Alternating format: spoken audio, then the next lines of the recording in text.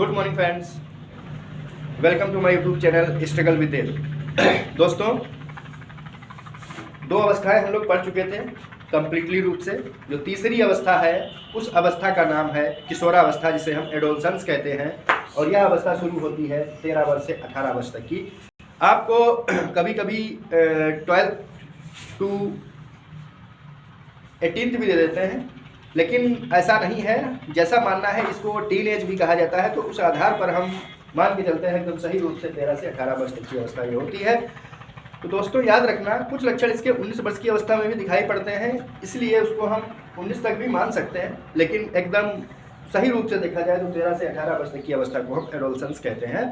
अब यह अवस्था बहुत जटिल अवस्था होती है। इस अवस्था को संघर्ष, तनाव, तूफान की अवस्था कहा गया है।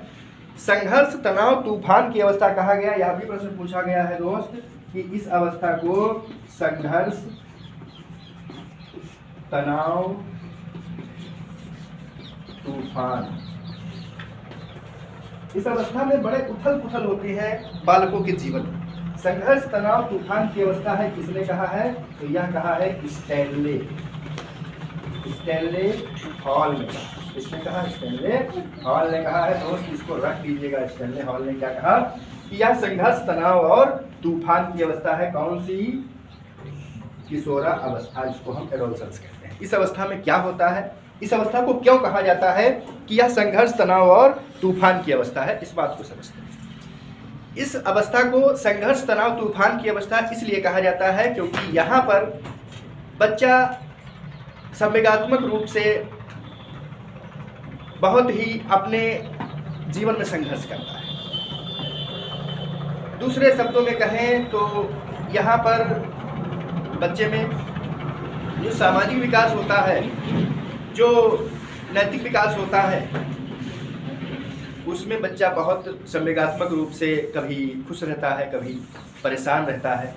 जटिल संघर्ष, तूफान होता है उसके जीवन में। इस अवस्था में कई ऐसी परेशानियों से वो लड़ता है, उनसे टकराता है।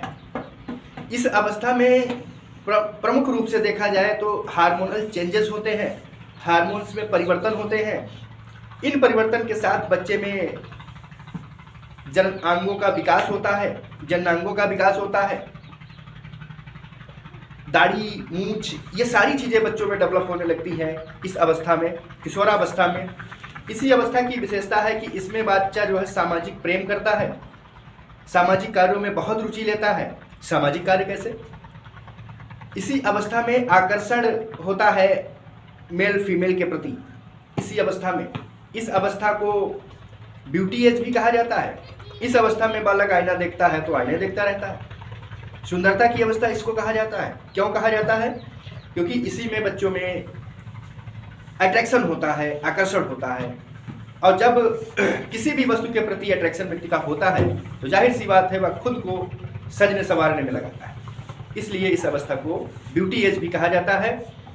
सामाजिक प्रेम की भावना, बच्चा जब किसी को देखता है, कुछ उसके साथ ऐसी अप्रिय घटनाएं होती हैं किसी भी व्यक्ति के साथ, तो उसमें बच्चा भागीदार होना चाहता है, अपने आप को एक लीडर साबित कर लेता है। यहाँ पर वह अब खुद से चीज़ों को करने का प्रयास करता है, कोशिश करता है। वह खुद में ही रहने लगता है बालक कि मैं ही कुछ कर सकता हूँ, मैं ही सब कुछ कर सकता हूँ, मैं ही यह कर सकता हूँ। तो इसीलिए, और जब व्यक्ति में यह आ जाता है कि मैं यह कर सकता हूँ, मैं यह कर लूँगा, तब जरूर उसके साथ संघर्ष होता है, जरूर उसके साथ कठिनाइयाँ आती हैं, परेशानियाँ आती हैं। इसीलिए इसको संघर्ष, तनाव और तूफान की अवस्था कहा जाता है।